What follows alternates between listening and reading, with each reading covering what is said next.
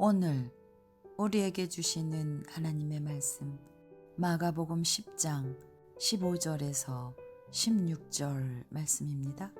내가 진실로 너희에게 이르노니 누구든지 하나님의 나라를 어린아이와 같이 받들지 않는 자는 결단코 그곳에 들어가지 못하리라 하시고 그 어린아이들을 안고 그들 위에 안수하시고 축복하시니라. 아멘. 오늘은 하나님의 나라가 되어라는 제목으로 말씀을 전합니다.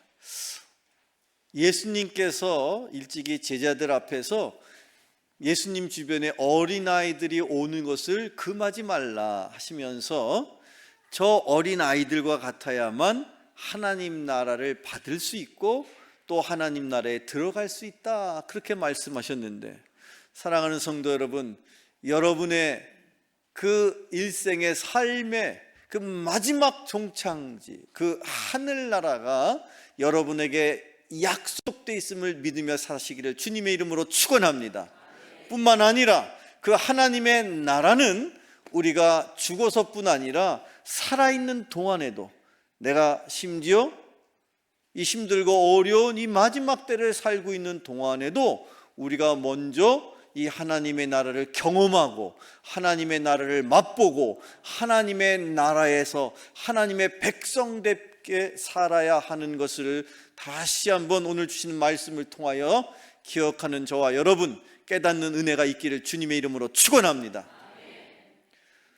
오늘 그 어린아이와 같아야 한다라고 말씀하시는 그 근본의 이유는 어린아이와 같은 그런 믿음이어야 하나님의 나라를 소유할 수 있고 하나님의 나라를 맛볼 수 있고 하나님의 나라 백성이 되어 살 수 있기 때문이다라고 주님은 말씀하십니다. 아마도 오늘 말씀을 미리 의논하진 않았는데 그래서 그랬는가? 우리 아기를 이렇게 하나님이 보내주셨네요. 여러분, 왜 어린아이와 같아야만 하나님의 나라에 들어갈 수 있고 하나님의 나라를 받을 수 있다고 말씀하시느냐? 이 말씀의 근본 취지는 너희들이 하나님 나라가 귀한 것이요 하나님 나라를 맛보며 살기를 원하셔서 주신 말씀이에요. 이 말씀의 근본 주제는 하나님의 나라에 있다는 거예요. 그런데 그 하나님의 나라는 아무나 갈 수 없어요. 어떤 마음의 상태가 필요합니까? 어린아이와 같은 그런 마음, 저와 여러분이 그런 어린아이와 같은 그런 마음을 먼저 가져야 할 줄로 믿습니다. 이 하나님의 나라라는 것은 하나님이 다스리시고 하나님이 통치하시고 하나님의 뜻이 이루어지는 그곳을 일컫는 표현이에요. 따라서 바라기는 여러분의 삶이 하나님의 뜻을 따라 살고 하나님의 뜻을 내 인생의 목표로 삼을 때에 이미 여러분의 인생은 하늘나라가 되었음을 믿으시기를 축원합니다.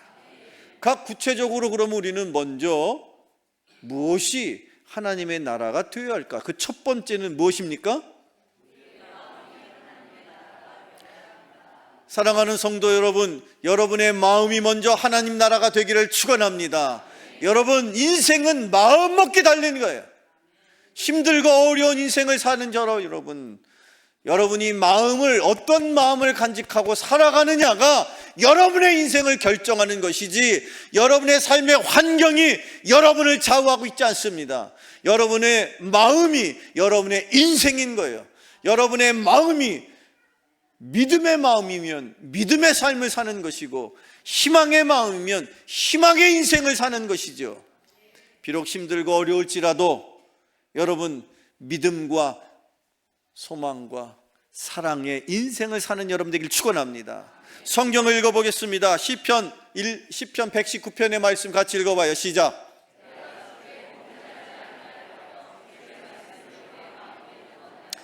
여러분의 마음속에 말씀을 두십시오. 그러면 여러분의 마음속에 그 말씀이 여러분의 마음을 주장하시면 여러분의 마음은 하나님의 나라가 될 것입니다. 여러분의 마음속에 무엇을 두기를 원하십니까? 무엇보다도 살다 보니 이런 생각 저런 생각 많을 수 있지만 그 무엇보다도 하나님의 말씀으로 여러분의 마음이 채워질 때에, 그 말씀이 여러분의 마음을 주관할 때에 여러분의 마음은 이미 하나님의 나라가 될 것입니다. 성경을 계속 읽어봅시다. 누가복음의 말씀입니다. 같이 읽어봐요. 시작. 선한 사람은 마음에 쌓은 선에서 선을 내고 악한 자는 그 쌓은 악에서 악을 내나니 이는 마음에 가득한 것을 입으로 말함이니라. 아멘. 사랑하는 성도 여러분, 여러분의 마음속에 무엇이 가득하든지 여러분은 그 마음속에 가득한 것으로 말하고 그것으로 생각하며 행동할 수밖에 없다. 예수님은 그렇게 말씀하셨으니 여러분의 마음속에 말씀이 가득하기를 축원합니다. 그 말씀의 능력이 가득하기를 축원합니다. 선한 것이 가득한 사람은 선한 말을 할 것이요, 격려의 말을 할 것이고, 칭찬의 말을 할 것이고, 감사의 말을 할 것이며, 아멘의 말을 할 것입니다. 여러분의 마음에 무엇을 가득 담기를 원하십니까? 선한 말씀, 능력의 말씀, 긍정의 말씀, 비전의 말씀, 축복의 말씀, 감사의 말씀을 가득 담으시기를 축원합니다. 그러면 여러분의 마음은 하늘나라가 됩니다. 성경을 계속 읽어봅시다. 고린도후서 1장 같이 읽어봐요. 시작. 우리에게 기름을 부으신 이는 하나님이시니 그가 또한 우리에게 인치시고 보증으로 우리의 마음에 성령을 주셨느니라. 아멘. 여러분의 마음에 누구를 보내셨습니까? 성령님을 보내셨음을 믿으시기를 바랍니다. 여러분, 저를 따라 고백합시다. 예수 그리스도, 하나님 아버지. 사랑하는 성도 여러분, 하나님을 아버지로 고백하며 예수를 그리스도로 고백하는 모든 사람의 심령 속에 성령님이 이미 임재하고 계십니다. 하나님을 아버지로 예수를 그리스도로 고백할 때에 그것을 주님께서 보증해 주시고 그 마음을 하나님의 나라로 지켜주시기 위해서 우리의 마음속에 누구를 보내셨습니까? 성령을 보내셨다고 성경은 가르치고 있는 것입니다. 여러분의 마음속에 성령이 계시니 이미 여러분의 마음은 하나님의 나라가 되었음을 믿는 여러분 되기를 축원합니다. 두 번째로, 또 우리의 마음이 하나님의 나라가 될 뿐만 아니라 두 번째로 또 무엇이 하나님의 나라가 되어야 합니까? 여러분의 가정이 하나님 나라 되기를 축원합니다. 남편이 하나님의 마음을 갖고 하나님의 나라가 되고 그의 아내가 하나님의 마음으로 하나님의 나라가 되면 그들의 가정은 하나님의 나라가 될 수 있습니다. 부모님이 또한 자식이 하나님의 마음을 품고 하나님의 나라가 먼저 되면 그들의 가정은 하나님의 나라가 되는 것입니다.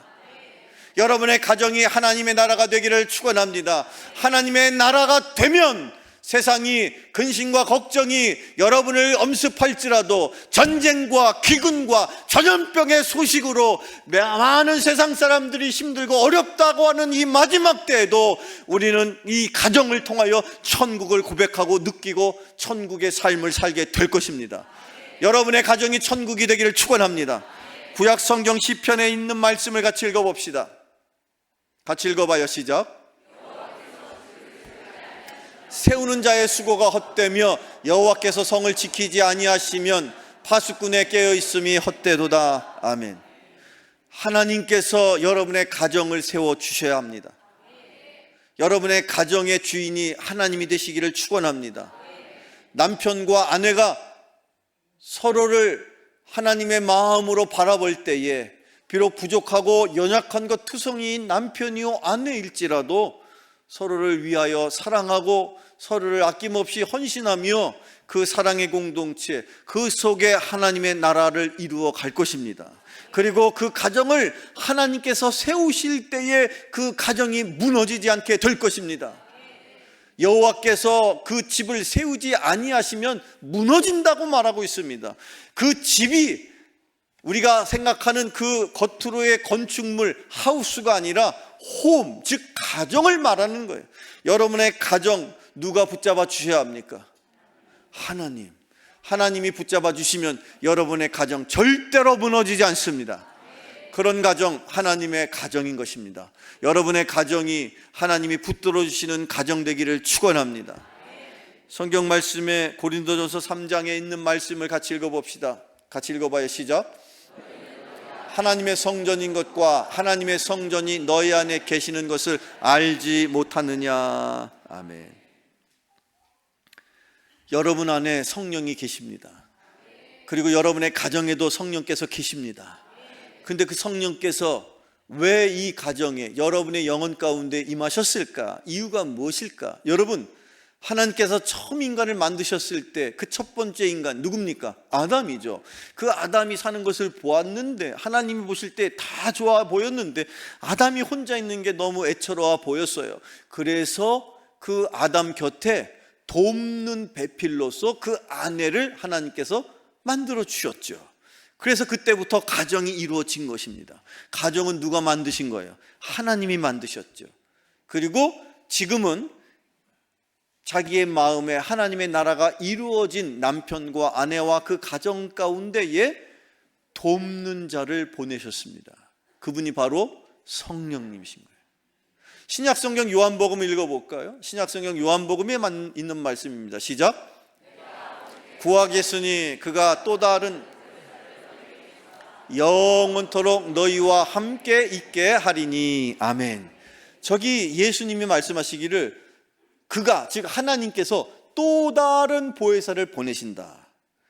또 다른이라는 표현을 주목하셔야 돼요. 보혜사는 돕는 이라는 뜻입니다. 영어 성경에는 헬퍼라고 나와 있죠. 돕는 분이에요. 누가? 성령님이 우리를 도와주시고자, 하나님께서 우리를 도와주시고자 보내신 분이 성령님이신데, 또 다른이라고 표현되어 있으니까 성령님 이전에 첫 번째 보혜사가 계셨다는 것이고, 그 첫 번째 보혜사가 바로 예수 그리스도이십니다.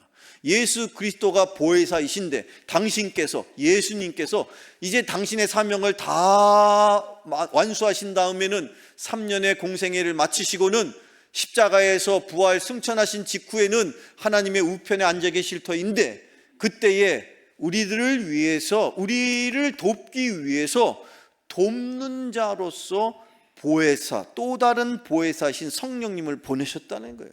그래서 여기 이 보혜사라는 말은 헬퍼라는 뜻을 영어 성경에서 번역을 정확하게 한 거예요. 보혜사라는 말이 무슨 뜻인지 모르신다면 영어로 기억하세요. 보혜사는 헬퍼예요. 헬퍼, 돕는 이. 그런데 이 돕는 이를 왜 여러분의 가정에 보내시느냐?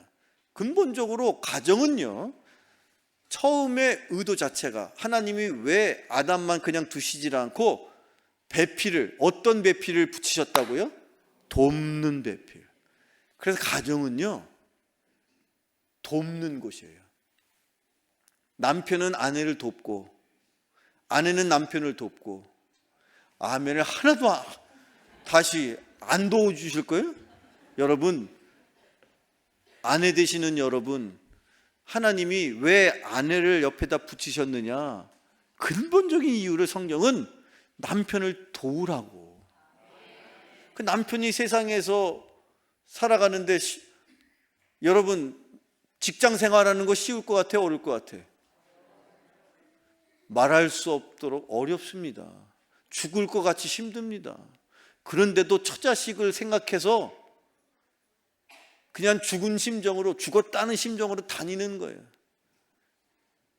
그런 남편을 바라볼 때에 아내는 아내의 근본 존재 이유를 기억하셔야 돼요. 남편을 뭐하는 배필이에요? 돕는 배필이에요. 그래서 남편은 아내를 돕고, 또한 아내는 남편을 돕고, 다시 한번, 남편은 아내를 돕고 아내도 남편을 돕고, 부모, 형제, 모든 가족이 돕는 일을 하는 거예요. 어디에서? 가정에서. 그런데 그걸 더 구체적으로 잘할 수 있도록 그 가정에 누구를 보내셨습니까? 돕는 이, 헬퍼, 보혜사, 성령님을 여러분의 가정에 보내주셨으니 여러분의 가정이 하나님의 나라가 되었음을 믿으시기를 축원합니다. 끝으로 세 번째, 또 무엇이 하나님의 나라가 되어야 합니까? 세 번째, 이 땅에 많은 교회가 있습니다. 그런데 교회라고 다 같은 교회가 아니더라고요. 어느 교회는 서로 헐뜯고 비방하고 심지어 고소하고 세상 법정에 가서 다투고, 과연 이걸 교회라고 할 수 있습니까? 왜 교회가 그렇게 되었습니까? 음부의 권세가 그 교회를 흔들면서 악한 영이 그 교인들을 회방하면서 교회가 점점점 힘들어지고 있습니다. 오죽하면 나 교회 다닌다는 소리도 자신 있게 못하고, 심지어 몇 년 전부터는 이 한국 사회에서도요, 공식적으로 캐롤송을 법적으로 못 틀게 돼 있어요. 심지어 미국은요, 몇 년 전부터 성탄절에 흔히 인사하는 메리 크리스마스 이렇게 하면 이거는 고속감이에요. 왠지 아세요? 아니, 미국 사람 중에 뭐 교회 다니는 사람 말고도 심지어 이슬람교도도 있고 절에 다니는 사람도 있는데 왜 성탄절이라고 메리 크리스마스래? 그렇게 인사하지 맙시다. 법으로 이미 미국은 메리 크리스마스가 법적으로 안 되는 인사가 되었단 말이에요. 이런 시대를 살고 있어요. 사랑하는 성도분, 왜 그렇게 되었습니까? 교회의 본분을 잃어버렸기 때문이에요. 교회는 뭐 하는 곳일까요? 신약 성경에 예수님께서 일찍이 이렇게 말씀하시죠. 신약 성경의 말씀을 같이 읽어봐요. 같이 읽어봅시다. 시작. 이에 가르쳐 이르시되 기록된 바 내 집은 만민이 기도하는 집이라 칭함을 받으리라 하지 아니하였느냐? 너희는 강도의 소굴을 만들었도다 하시매. 내 집은 만민이 기도하는 집이라. 구약성경 이사야 선지자를 통해서 먼저 예언됐던 말씀이에요. 이것을 예수님께서 다시 한번 반복해서 언급하실 때에 내 집은 만민이 뭐하는 집이에요? 기도하는 집입니다. 우리 교회는 기도하는 일에 최선을 다할 수 있기를 축원합니다. 기도하는 교회여야 됩니다. 이 어두워가는 이 세상에 빛처럼 소금처럼 그 역할과 직분과 사명을 감당할 수 있도록 하기 위해서라면 우리는 기도하는 교회가 되어야 하는 것입니다. 성경 말씀을 보겠습니다. 사도행전 2장 42절에 사도행전의 2장에 있는 말씀 같이 읽어봐요. 시작. 서로 교제하고 떡을 떼며 오로지 기도하기를 힘쓰니라. 아멘. 잘 읽으셔야 돼요. 사도들이 저 말씀을 가르치는 거예요. 지금 제가 여러분에게 설교하죠. 설교라는 그 단어 자체가 말한다는 설자고 가르친다는 교자죠. 말로 가르치는 거예요. 설교라는 게 말로 가르치는 겁니다. 지금 가르치는 게 말로만이 아니라 몸으로도 가르치고 삶으로도 가르쳐야 되는데 어쨌든 지금 이 시간에는 말로 가르치는 거예요. 사도들이 그렇게 했어요. 자, 사도들의 가르침을 받았어요. 가르침을 받은 사람들이 서로 뭐 했다고 그랬어요?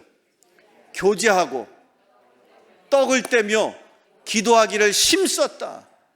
교제하는 거예요. 친교하는 거예요. 선교회를 왜 그렇게 하는 겁니까? 친교하려고, 교제하려고 하는 거예요. 그 다음에 저 떡을 떼었다라고 했는데 그 떡을 뗀다라는 말이 무슨 뜻입니까? 삶을 나눈다 그런 뜻이에요. 뭐에서 떡 먹었다라는 얘기가 아니라 삶을 같이 나누었다는 얘기예요. 식구가 되었다는 얘기예요. 그리고 나서 서로 친교해서 또 떡을 떼고 삶을 나눔으로 서로에게 필요한 기도의 제목을 알게 되는 거예요. 그게 교회인 것입니다. 내가 수십 년 이 사람하고 같이 한 교회를 다니고 있는데 이 사람이 무슨 기도의 제목을 알지도 못해. 그런 신앙생활은 그게 신앙생활이 될 수가 없어요. 내가 존경하는 이 장로님이 어떤 기도의 제목을 갖고 있는지, 심지어 내가 잘 이렇게 신앙적으로 이끌어가고 있는 그 초신자 혹은 새신자 혹은 집사 혹은 성도가 어떤 심정으로 어떤 기도의 제목을 갖고 있는지를 몰라. 이게 교회입니까? 아니라는 거예요. 그러니까 교회가 세상에 욕을 먹는 거야. 교회가 서로에 대해서 서로 중보하고 기도하기를 원하셔서 예수님은 당신께서 친히, 심지어 예수님이 딱 한 번 이 복음서 가운데 한 번 분을 참지 못하셔서 화를 내시면서 심지어 채찍을 들어가면서까지 내 집은 만민이 기도하는 집인데 너희들이 강도의 소굴로 만들었다. 얼마나 예수님께서 마음이 찢어지는 아픔이 있으셨으면 그 순간 내 집은 만민이 기도하는 집이라. 사랑하는 성도 여러분, 우리 교회는 기도하는 교회가 되어야 하고, 그 기도하는 일을 위해 사도들은 힘을 썼다고 말하고 있어요. 기도는 힘 써서 해야 될 일이지 남는 시간을 위해서 하는 일이 아닙니다. 시간이 남아서 하는 일이 절대 아닙니다. 모든 일에 앞서서 힘을 써야만 할 수 있는 일이 기도인 것을 믿는 여러분 되기를 축원합니다. 그렇게 기도하는 교회가 하나님의 나라를 이루는 것이에요. 오늘 우리에게 주시는 마지막 말씀, 디모데에 있는 말씀 같이 읽어봅시다. 시작.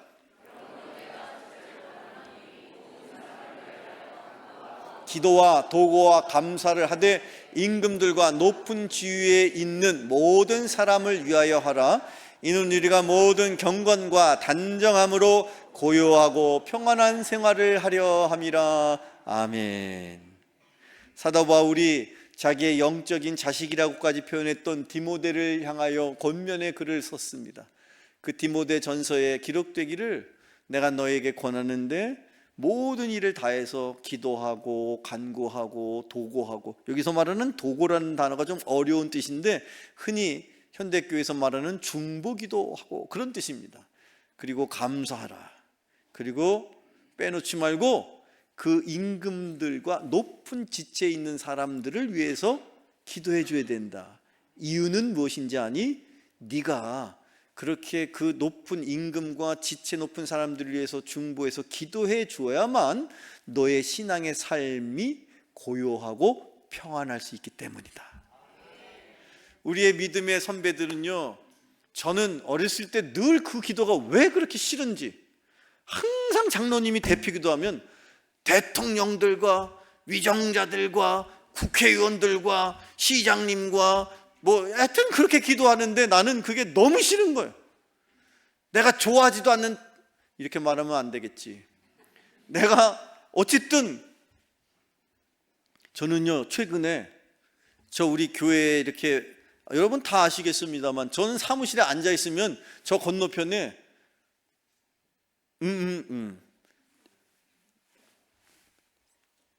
땡땡전자라고 이렇게 그냥 다 아니까 삼성전자 그 공장이 보여요. 그리고 새벽마다 근로자들이 끊임없이 들락날락 거리는 모습을 봅니다. 제가, 여러분도 물론 마찬가지시겠지만 이 평택 시내에 사는 사람들이 싫든 좋든 어쨌든 저 어마어마한 저 공장 잘 돌아가야 그래도 우리가 살아가는 것 아닙니까? 제가 무슨 그 회사에 무슨 연고가 있거나 전혀 그거 없지만 그래도 저는 중보합니다. 기도합니다. 그 회사 잘 돌아가라고. 그래야 평택시가 잘 돌아갈 거고, 그래야 평택 시민 우리 교인들도 신앙생활 잘할 수 있지 않습니까? 여기 지금 디모데한테 사도 바울이 그렇게 요구하는 거예요. 너 기도할 때에 너의 가족들만 놓고 기도하지 말고 심지어 임금과 높은 지체에 있는 사람들을 위해 기도해야 돼. 그래야 네가 고요하고 평안하게 신앙생활 할 수 있단다. 우리 교회가 이 나라와 이 민족과 이 지역사를 위해서 중보 기도해야만 우리도 신앙생활 평안하게 잘하게 될 것을 믿으십니까? 우리 교회는 그런 중보 기도하는 교회가 되어야 합니다. 그것이 바로 하나님의 나라가 되는 거예요. 바라기는 여러분의 마음과 또 여러분의 가정과 우리가 섬기는 이 교회가 하나님이 기뻐하시는 하나님의 나라가 되어서 이 땅에 다시 임하실 그 예수님께서 이 땅에 완성하실 그 하나님 나라 이전에 이 땅 위에 먼저 하나님의 나라를 맛보고 하나님의 나라를 경험하고 하나님의 나라를 세상에 증거할 수 있는 저와 여러분 되시기를 주님의 이름으로 축원합니다. 축원합니다. 기도하겠습니다. 전능하신 하나님, 오늘 저희들을 은혜의 자리로 모이게 하시고 어린아이 같은 신앙으로 하나님의 나라가 되라는 말씀을 전하고 듣게 하심에 감사드립니다. 우리들의 마음과 가정과 교회가 오직 하나님만을 바라보며 말씀을 따라 살아가는 진정한 하나님의 나라가 되게 하여 주시옵소서. 예수님의 이름으로 기도하옵나이다. 아멘.